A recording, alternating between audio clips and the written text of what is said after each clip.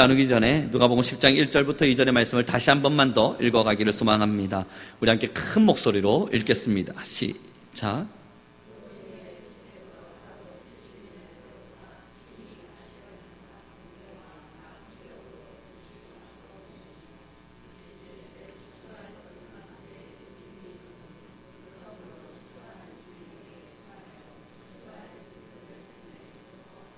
아멘. 오늘 이 본문의 말씀을 보면 예수님이 70명의 제자들을 세웁니다. 예수님께서 파송하는 70명의 사람들을 세워두고 오늘 이 본문에선 세 가지를 명하고 계셔요. 첫 번째를 보시면 2절의 말씀에 이렇게 기록되죠. 추수할 것은 많은데 일꾼이 없습니다. 그러니 하나님 일꾼 좀 보내주십시오. 이 추수를 할 수 있는 일꾼을 보내달라 그럽니다. 여러분, 이게 좀 뭔가 아이러니한 일이 일어난 겁니다. 뭐냐면 70인의 사람들을 세우다가 이제 이 사람들을 일꾼으로 만들어서 예수님은 일꾼으로 보내고 있는 중입니다. 그런데도 예수님 뭐라 이야기하냐면 70인의 사람들아, 예 주님, 너희가 지금 비록 일을 하러 나아가는 중이지만 여전히 추수할 것은 많고도 많다.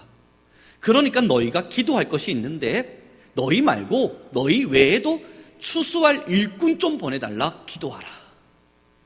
그리고 두 번째, 이들에게 명하고 있는 장면이 나타나는데 우리 함께 보겠습니다. 5절의 말씀입니다. 자, 어느 집에 들어가든지 먼저 말하되 이 집이 평안할지어다 하라. 그리고 그 70인의 사람들을 보내셨는데 각각의 곳곳에 가는 곳마다 방문하여서 그들을 제자 삼으라 이야기합니다. 그런데 그 제자를 삼기 전 먼저 해야 될 일이 뭐냐면 평안하십시오. 그 집에 축복을 빌어주고 그 삶의 사람들과의 평안을 유지할 수 있도록, 또한 그 사람들의 삶에 안식과 평안이 넘칠 수 있도록 그들의 집에 복을 빌어주라는 겁니다. 그리고 세 번째를 함께 보면 9절의 말씀입니다. 함께 읽겠습니다. 시작.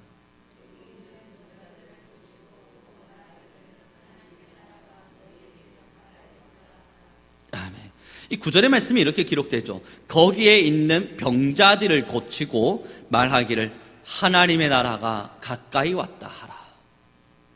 사랑하는 성도 여러분, 지금 예수님께서 70명의 증인들을 부르신 거예요. 70명의 제자들을 부르시고 이들이 해야 될 것을 세 가지로 정리해서 알려주신 겁니다. 첫 번째는 너희들도 일꾼이지만 또다시 일해야 될 사람들이 너무 많이 필요하니까 일꾼 좀 보내달라 기도하는 사람이 되라. 두 번째는 사람들의 삶의 여러 가지 모습 속에 그들의 삶을 평안할 수 있도록 그들에게 복을 빌어주는 사람이 되라. 세 번째는 그리고 가서 하나님의 나라가 가까이 왔음을, 하나님의 나라를 선언하라. 이건 이제 여러분 70인의 이 제자들에게만 선포된 이야기가 아니라 똑같이 예수님의 제자된 우리에게 예수님께서 우리를 파송하시면서 가라, 너희는 가서 모든 민족을 제자로 삼는 증인이 되라 명하실 때 우리에게도 허락되어진 똑같은 사명입니다. 그러므로 우리 모두가 정말로 하나님 안에서 증인되고자 한다면 이 세 가지의 사명을 잃어버려서는 안 돼요. 첫 번째, 다시 기억을 하면 좋겠습니다. 주님, 일꾼이 부족합니다. 추수할 건 너무너무 많은데 일꾼이 부족합니다. 나 말고도 더 많은 증인들이 우죽순과 같이 일어날 수 있도록 허락해 주십시오 라고 증인들을 위해 기도해야 됩니다. 두 번째는 사람들의 삶의 평안과 안식을 빌어줘야 되고, 세 번째는 하나님의 나라의 복음을 증언해야 됩니다. 이 세 가지가 함께 아우러질 때 그를 향해 우리는 증인된 삶을 살아가는 제자 삼는 사람이라 이야기할 수 있습니다. 예전에 제가 책을 한 권 읽었는데요, 그 책의 제목이 복덕방 이야기라고 하는 책입니다. 이 복덕방 이야기라고 하는 책이 뭐냐면 한 이제 선교사님들께서 이제 복음을 전하러 가기 전에 이 복음을 어떻게 전해야 되는가에 대한 생각 속에서 기록해 내가고 있는 책인데, 한 손에는 복음을, 그리고 한 손에는 떡을, 이 두 가지를 들고 선교지와 사람들에게 다가가 복음을 전하고 예수님을 증거한다 해서 그 책의 제목이 복음과 떡, 복덕방 이야기였습니다. 그 책의 내용들을 좀 정리해보면 이러와 같았습니다. 하나님의 사람들이 다들 너무너무 필요해요. 근데 그 하나님의 사랑을 전하려고 보니까 자기가 가지고 있는 이 말씀이라고 하는 이 입의 이야기로만은 될 문제가 아니더라는 겁니다. 사람들이 너무너무 아파하고 있고 너무너무 힘들어하고 있는 걸 보게 된 겁니다. 병들어 있는 사람들도 있고, 이 육체적인 병만 들었습니까? 마음의 병든 사람들도 있고, 이 마음의 병만 들었습니까? 정신과 영혼이 병들어 있는 사람들도 있고, 이들을 바라보면서 야, 지금 내가 입으로만 예수님 믿으십시오, 당신 예수님 믿으셔야 됩니다 라고 말해가지고 될 문제가 아니겠구나, 어떡할까. 그래서 그들이 선택한 것이 떡이라는 거예요. 그래, 지금 이들의 병을 고쳐주자, 지금 이들의 삶의 아픔을 위로해주자, 배고파 있는 자들에게 다가가 먹을 것을 주어야지. 하나님 믿으십시오, 그 전에 먹을 것을 주자.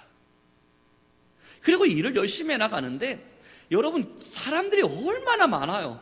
여러분들은 한번 선교지를 가보시면 압니다. 선교지에 가보면 그 선교지에서요, 사탕 몇 개만 딱 들고 있으면요, 전국 방방곡곡 아이들이 다 몰려듭니다. 이 아이들에게 나눠줄 사탕이 부족하리만큼, 어디서 이 아이들이 나왔나 싶을 만큼 정말 많은 아이들이 우르르 몰려 나와요. 그때 느끼는 게 뭔 줄 아십니까? 사람이 더 필요하다예요. 우리가 할 수 있는 영역은 겨우 요만큼밖에 안 되는 거예요. 아이들은 지금 줄지어 서 있는데, 너무너무 많이 줄지어 서 있는데, 그 사탕 몇 개가 뭐라고? 그 사탕 좀 받자고 저기서부터 저기까지 줄을 서 있는데 사람이 부족한 거예요. 그러면 선교를 마치고 돌아올 때마다 제 마음 안에 하나 드는 생각이 있다면, 다음에 선교 갈 땐 더 많은 사람들과 함께 가야지, 더 많은 성도님들과 함께 선교지에 가야지. 왜 그 마음이 드는 줄 아세요? 거기 가서 우리가 얼마나 많은 성도님들을 데려왔는지를 보십시오 라고 하는 권력 자랑이 아니라 일손이 부족해서 그렇습니다. 아마 오늘의 본문의 말씀, 예수님께서 추수한 일꾼들을 보내주시면서 추수할 것은 많은데 일꾼이 없다, 일꾼 좀 보내달라, 기도하는 사람이 되라 라고 말씀하신 이유가 여기 있다 생각합니다. 사랑하는 성도 여러분, 지금의 이 한국 땅을 바라보시고 또한 여러분들의 삶의 주변들을 한번 바라봐 보시죠. 아파하는 사람들이 너무나 많습니다. 근데 여기서 이 아파하는 사람들은요, 정말 우리의 육체적인 아픔이 아니에요. 그건 병원에서 치료할 수 있겠죠. 그러나 마음과 마음의 단절 속에서, 사람과 사람의 관계의 단절 속에서 사람을 그리워하는 사람들이 있습니다. 어젯밤에 한 학생으로부터 문자를 받았습니다. 그 학생과 함께 대화를 나눈 중에, 그 학생은 31살의 나이에 학교로 다시 편입해 들어온 나이입니다. 20대 아이들이 왜 이렇게 자기를 무시하는지, 어떨 때는 반갑게 인사해 주다가 어떨 때는 자기를 쳐다보고도 인사를 하지 않고, 이 마음이 속상하더라는 겁니다. 아니, 나는 그래도 이들을 잘해주려고 노력을 하는데, 이 새파랗게 어린, 자기가 예전에 영어 과외 선생님을 했었대요. 근데 그때 가르쳤던 아이들보다 어린 아이들이 자기를 보면서도 인사조차 하지 않으니까 마음이 막 상처가 되더라는 겁니다. 그래서 어떻게 할까 생각을 하다가, 그래, 사범대학교 학생이기 때문에 이들도 다 나중에 선생님이 될 분들인데 이들 한 명 한 명을 섬기자 하는 마음이 들어서 존댓말로 그들에게 다가가고 늘 친하게 지내려고 노력을 했답니다. 그러다가 어떠한 오해의 문제로 인해서 상처가 되기 시작하고 싸움이 나기 시작하고, 그렇게 그는 그 공간, 그 공동체 안에서 단절되어져 버린 거예요. 1년여의 시간이 지난 이후에 아무리 돌이켜보고 자기가 다시 생각해봐도 아직까지 그때 자기가 겪었던 수모와 억울함을 해소할 방법이 없답니다. 그래서 제게 문자가 온 내용이 그거였습니다. 대인관계가 너무 어렵습니다. 외롭습니다. 혼자라는 삶이 괴롭습니다. 어떻게 해야 함께 사람과 사람 사이에 관계를 맺을 수 있는 겁니까? 어떻게 해야 사람과 사람 사이에 관계를 맺을 수 있냐는 겁니다. 여러분, 근데 제가 지금 한 명의 학생만을 예를 들었을 뿐이지만요, 지금 저는 기독교 과목에 대한 수업들을 이루어갈 때 수없이 받는 문자가 이 문자입니다. 교수님, 대인관계를 잘한다는 게 도대체 뭡니까? 도대체 사람들과 사이좋게 지낸다는 게 도대체 뭘 이야기하는 겁니까? 그러면서 드는 생각이 있는 거예요. 이들이 상당하리만큼 외롭구나. 여러분, 참 신기합니다. 지금의 20대들요, 그냥 그저 그렇게 잘 살고 있는 것 같은데 별것 아니에요. 야, 얘들아, 너희들 다들 힘내렴? 아무 말 없이 그냥 저는 의미 없이 던진 말이었는데 거기에 그렇게 고마워하면서 막 카톡, 장문의 카톡들을 보내는 아이들이 있어요. 왜 그럴까? 그 450여 명의 아이들 중에 저는 그 아이들 얼굴을 바라보지도 못했습니다. 왜냐하면 지금 비대면 수업이니까. 그런데 그냥 기도할게요, 힘내요, 그 한마디의 말에 선물을 보내오는 아이들이 있습니다. 도대체 뭘까? 그들의 마음에 외로움이 있는 거예요. 사랑하는 성도 여러분, 증인된 삶의 모습이 무엇라 생각하십니까? 예수 그리스도의 증인됨이 뭐라 이해하십니까? 창녀들이 있었고요, 세리가 있었어요. 예수님 시대 때 사람들로부터 완벽히 소외되어 버렸던 사람들이 있었습니다. 문둥병 환자들, 그들은 그 마을 공간 안으로 들어오지조차도 못했습니다. 그런데 모든 사람들이 세리를 배척하고 창녀들을 멀시하고 그리고 그 자리에 서 있는 문둥병 환자들을 향해서 이 마을 밖으로 나가라 외칠 때에 그들을 보고 나가라 명하지 않고 직접 찾아간 사람이 한 명 있는데, 한 분 계신데 바로 예수님이셨어요. 가서 그 문둥병을 고쳐줘요. 세리에게 다가가서 나 너희 집에 가서 밥 먹으련다, 내가 지금 너희 집에 들어가도 되겠느냐 물어요. 말도 안 되는 이야기입니다. 누가 이스라엘 민족 중에 누가 세리의 집에 들어가서 밥을 먹는단 말입니까? 죄인 중에 죄인이라 이야기되었잖아요. 그 사람의 집에 창녀와 함께 이야기를 나눕니다. 여러분, 성인이라 이야기하고 하나님의 자녀라 이야기하는 자가 그런 대화를 나누고 있을 때 바리새인과 서기관들이 얼마나 그를 질투했는지 모릅니다. 저는 왜 하나님의 아들이라 이야기하는 저자가, 성인이라 이야기하는 저자가 죄인과 함께 이야기를 나누고 있는가? 바리새인들이 예수님을 향해서 매번 와서 물었습니다. 근데 예수님은 스스로 그들에게 찾아가셨어.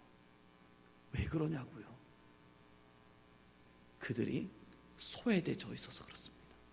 외로워서. 지금 우리의 주변 안에는 어쩌면 이러한 병든 자들이, 이렇게 삶에 병들어 있는 자들, 혹은 질병 속에 살아가고 있는 자들은 아닐 줄 모릅니다. 그런데 다들 마음에 병이 들어 있습니다.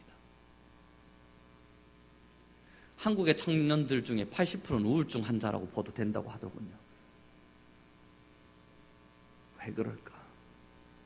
나이가 들어가는 장년들, 혹은 이렇게 할머니, 할아버지의 연세가 들어가신 분들 또한 이 수많은 우울감 속에서 힘겨워하고 있다더군요. 여러분, 오늘의 말씀을 함께 보도록 하죠. 5절의 말씀입니다. 함께 읽겠습니다. 시작.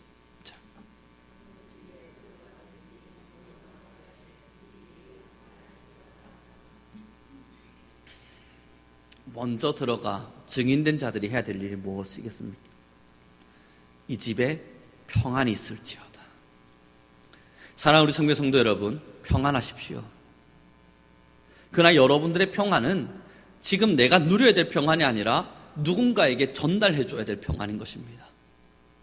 비록 우리의 삶도 어렵고 아프죠. 비록 우리의 삶도 복잡한 인생의 길을 걸어가고 있습니다. 대인관계, 저도 어떻게 하는지 잘 모르겠습니다. 학생들이 이 대인관계 도대체 어떻게 하는 겁니까? 물어볼 때마다 이걸 내가 어떻게 답을 해줘야 될지 모르겠습니다. 그래서 제가 해줄 수 있는 이야기는 나중에 만나서 식사라도 함께 하자. 다른 사람과 대인관계를 어떻게 맺는지 나는 모르겠다. 다른 사람과 대인관계를 어떻게 맺어가는 것이 맞는 건지 그건 책에 너무나 잘 설명되어 있는데 내가 설명해 줄 영역은 아닌 것 같다. 그러나 너와 나의 대인관계는 잘해보자. 내가 너와 대인관계를 잘 맺고 싶다. 그래서 내가 가서 밥 사줄 때 그때 함께 밥을 먹고 뭐 먹고 싶은지 생각해놔라. 뭐가 됐든 사줄 테니까. 그리고 다른 사람과의 대인관계에 내가 해결 방안을 줄 수 없지 몰라도 지금 너의 마음에 나라고 하는 대인관계를 내가 줄게. 함께 대인관계를 맺어보자. 사랑하는 성도 여러분, 지금 우리 그리스도인들에게 세상이 요구하고 있는 바가 그러한 것입니다. 하나님을 믿으십시오. 예수님을 믿으십시오. 그리스도의 사랑을 전달하는 것도 너무너무 중요한 이야기지만 지금 우리에게 세상이 듣고자 하는 바는 이 귀에 들려지는 이야기가 아니에요. 보여달라는 겁니다. 지금 세상이 우리를 향해서 외치고 있는 이야기는 당신들이 가지고 있는 성경의 말씀이 얼마나 위대하고 대단한지를 들려달라는 게 아니에요. 보여달라는 겁니다. 사랑이란 게 뭔지, 지금 내가 외로워하고 있는데 누가 나의 정말 친구가 되어질지. 그래서 여러분이 누가복음 10장의 후반부에 나오면 예화가 하나 나오는데 선한 사마리아인의 비유가 나오게 됩니다. 오늘 함께 읽은 이 본문의 후반부에 보면 선한 사마리아인의 비유가 나와요. 누가 정녕 너의 이웃이 되겠느냐? 정말 그 사람의 삶의 현장 속에 함께하고 있는 사람. 이제 우리 성민교회가 선교적 교회를 지향하는 이유가 과연 무엇이라 생각하시나요? 우리 성민교회가 선교적 교회를 지향하고자 함은 흘려보내기 위해서입니다. 그 흘려보내기에는 두 가지가 있다. 저번 주에 말씀드렸죠. 하나는 복음이었습니다. 맞아요. 하나님의 말씀을, 복음을 흘려보낼 겁니다. 하나님의 말씀이 우리에게 흘러내려왔으니 우리는 하나님의 말씀을 흘려보내는 것이 마땅합니다. 그러나 두 번째, 우리의 것을 흘려보낼 겁니다. 우리의 마음에 기쁨이 있다면 이 기쁨을 기쁘지 않은 자에게 흘려보낼 것이고, 우리의 마음에 평안이 있다면 평안하지 않는 자에게 흘려보낼 것입니다. 그러므로 여러분, 이제 그리스도인들이 해야 될 일은요, 세상과의 단절이 아니에요. 세상과 벽을 쌓아놓고 우리끼리 행복하게 지내줘 보자, 우리끼리 좀 더 잘 지내보자, 그거 아닙니다. 나아가십시오. 세상으로 나아가십시오. 하나님의 말씀을 모르는 사람들에게 다가가십시오. 그들에게 다가가서 그들의 친구가 되어주십시오. 그들과 함께 대화 나누고 그들의 삶의 어려움이 무언지를 들어주며 그들에게 다가가, 여러분, 내가 당신을 위해서 기도하겠습니다. 그들의 친구가 되어주는 겁니다. 그러나 이 세상은 저 멀리 있는 세상을 이야기하지 않아요. 지금 여러분의 가정 안에서 가장 친구가 되기 힘든 공동체, 가정 공동체 아닙니까? 가장 사랑한다 말하지만 가장 멸시되기도 하고 가장 무시되기도 하고 때로는 가장 모른 척 되기도 하는 이 조그마한 가정 공동체에서부터, 예전 우리 이웃에 사람들끼리 함께 맛있는 떡을 나눌 때 멀리 있는 친척보다, 멀리 있는 가족보다 가까이 있는 이웃이 좋다 하여 나온 이웃 사촌들, 여러분들의 주변에 있는 수많은 이웃 사촌들과 함께 떡을 나누시기 바랍니다. 그 떡을 나누는 이유는 복음 때문이에요. 그러므로 그 떡을 나눈과 함께 9절의 말씀입니다. 함께 읽도록 하죠. 시작.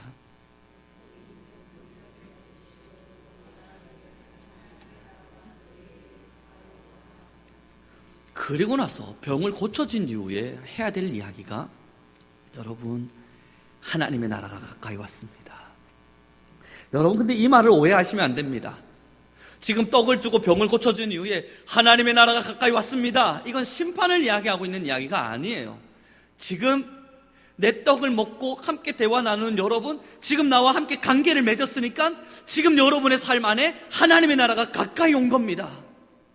이 뭘 이야기해요? 이제 하나님의 임재가, 하나님의 만져주심이, 하나님이 당신을 자녀 삼아줌이 굉장히 가까이 왔습니다. 마음만 열어보세요. 그래서 하나님을 만나보세요. 그러면 하나님의 나라가 당장 당신에게 임재되어질 겁니다.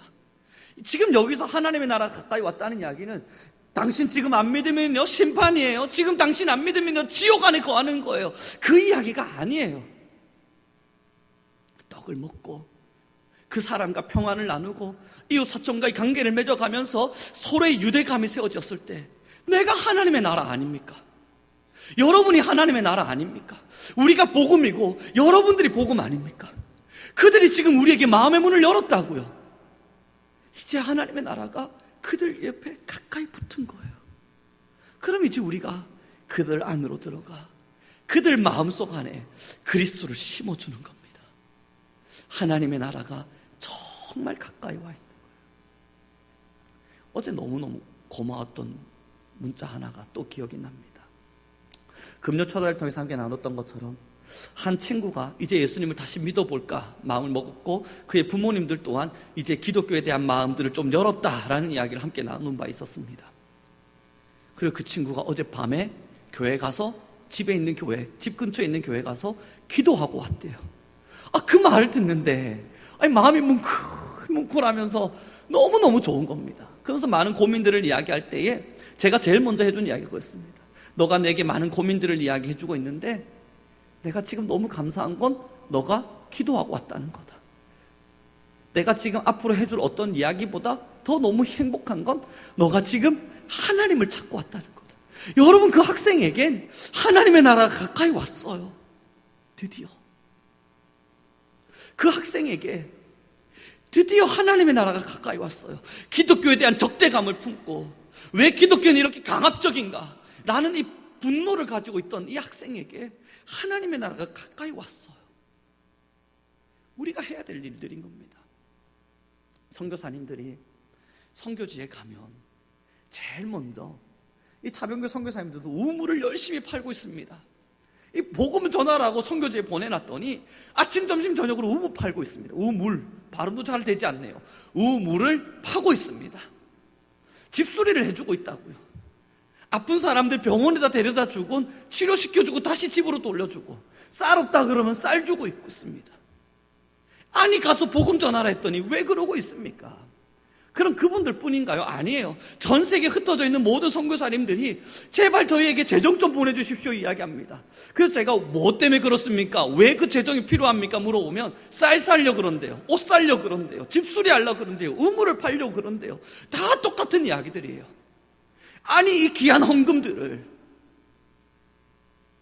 우리 한국에 있는 성도님들이 정말 열심히 일해서 그렇게 얻게 되어진 이 수입을 하나님의 것이라 생각해서 떼는 이 헌금들을 얼굴도 보지 못한 사람들, 우리가 누군지도 알지 못한 사람들 옷 사는 데 쓰고 우물 파는 데 쓰고, 이상하지 않습니까?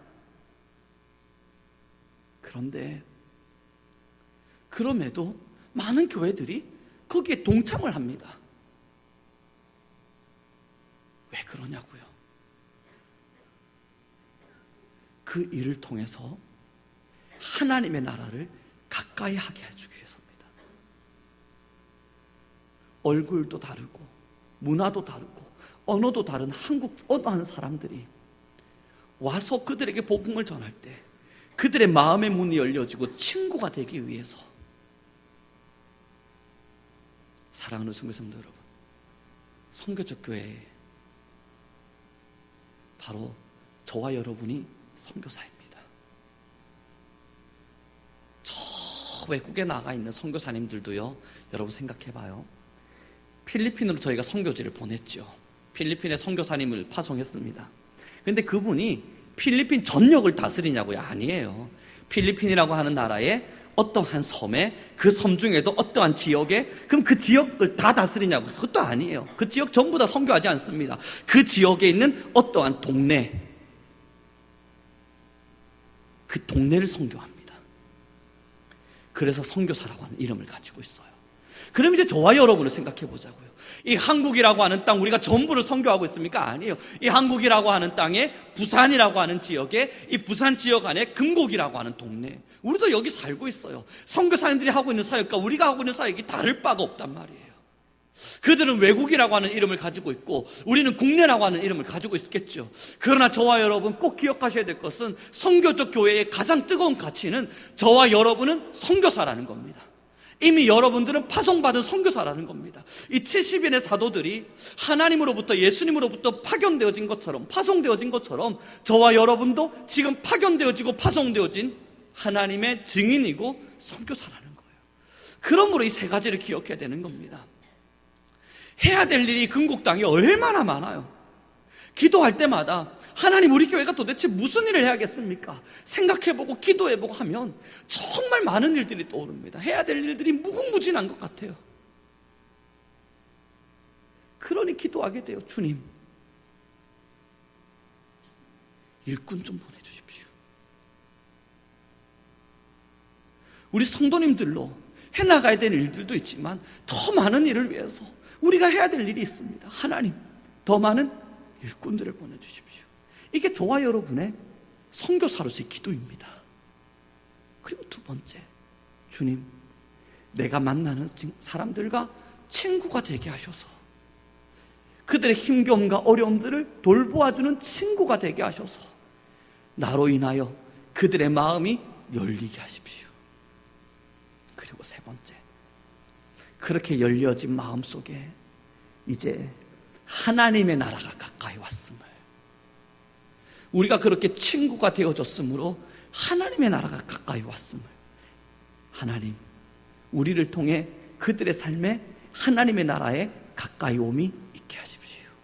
이 세 가지가 선교사된 우리에게 있어서 반드시 이루어져야 될 기도입니다. 다시 한 번 더 구절의 말씀을 함께 읽어보도록 하겠습니다. 함께 읽습니다. 시작.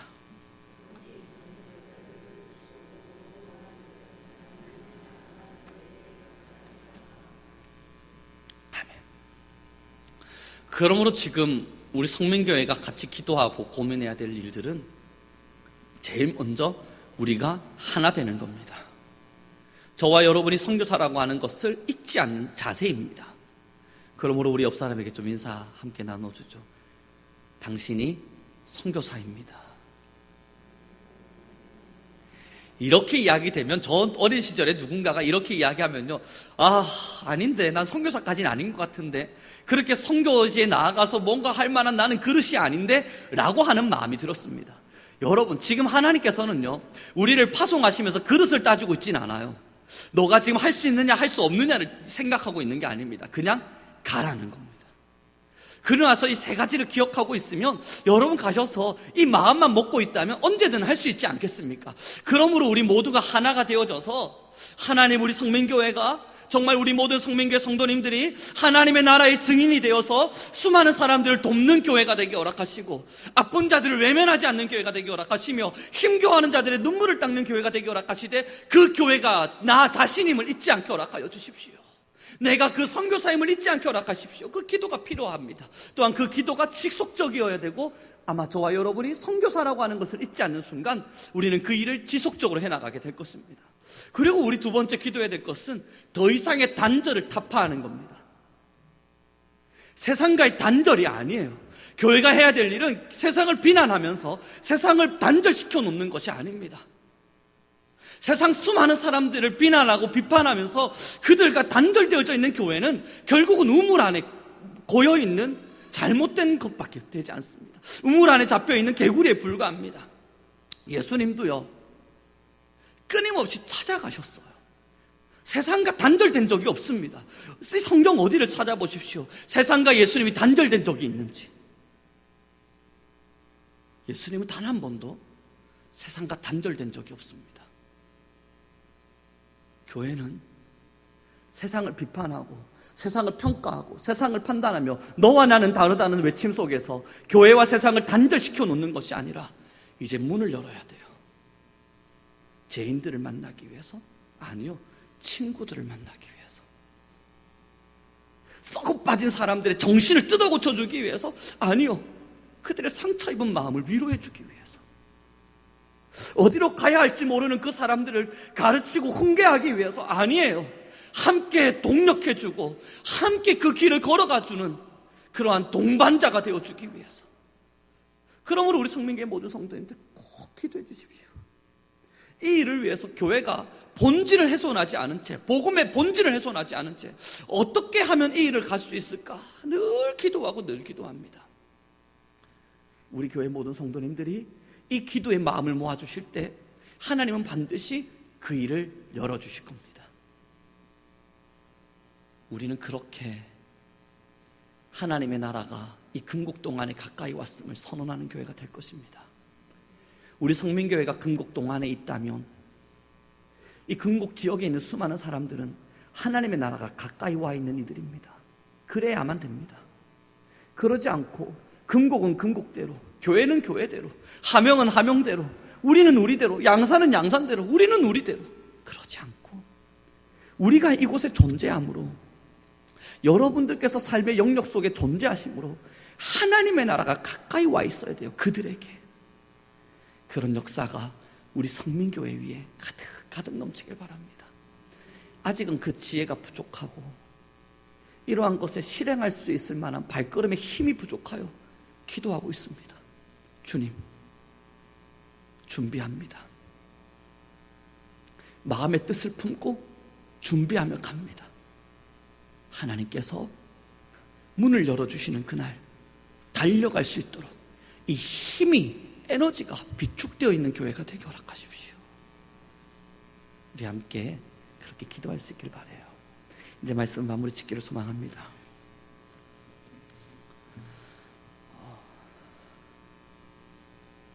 세상과 교회의 단절, 그게 바로 교회가 잠들어 버린 겁니다. 교회가 대형화되면 뭐합니까? 그래서 수천 명이 이 자리에 모여 있으면 뭐해요? 세상과 단절돼 있으면. 그래서 어떤 병든 사람들, 힘든 사람들의 친구가 되어주지 못하면. 얼마 전에 제가 한 목사님을 만나 뵈었습니다. 그 목사님께서 교회의 한 일부를 떼다가 거기를 마을 어르신들이 쉴 수 있는 양로원 같은 형태를 만들어버렸어요. 성도님들이 반발을 하고 난리가 났습니다. 예배당도 부족해 죽겠는데 그런 걸 왜 만듭니까? 누가 활용한다고?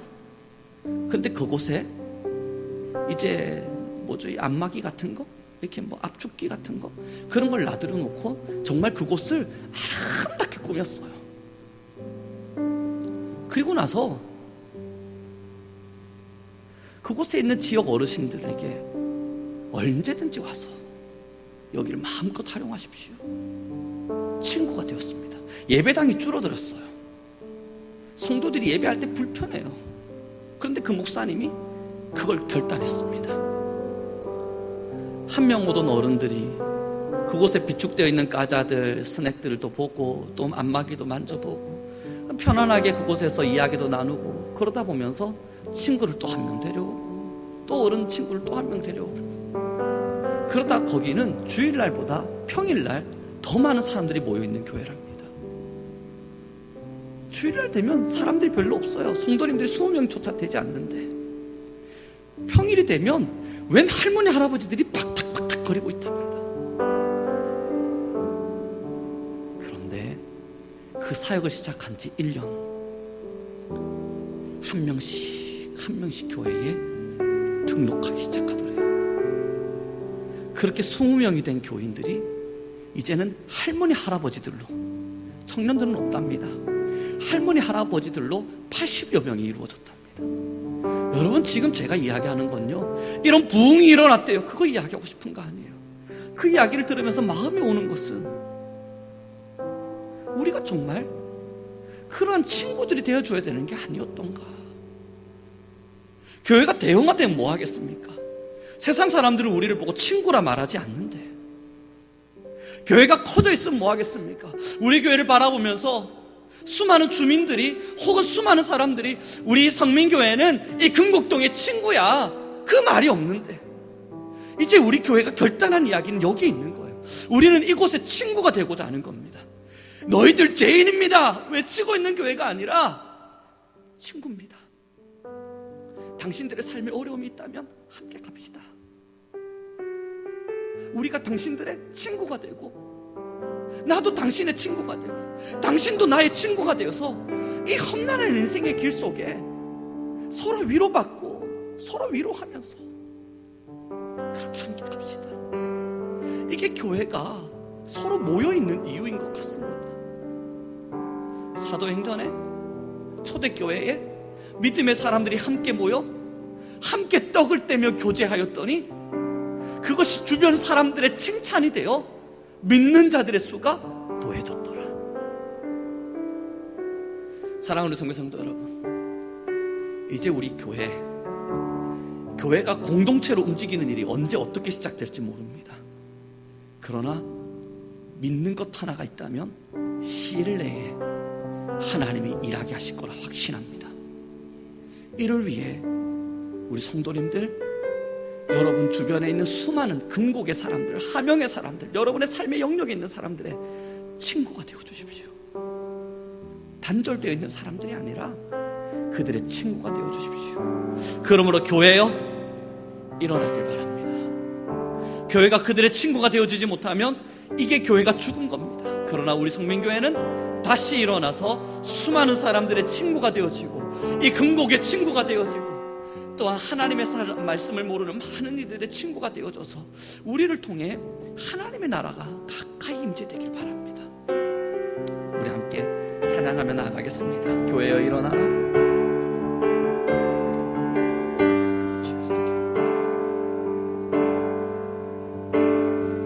교회여 일어나라. 주께서 부르시니 두려움과 실패 내려놓고 교회여 일어나. 우리 마음에 결심하며 찬양합시다. 교회여 일어나라. 교회여 일어나라. 주께서 보내시니 우릴 부르시 삶의 자리에서 교회여 일어나라. 우린 세상의 빛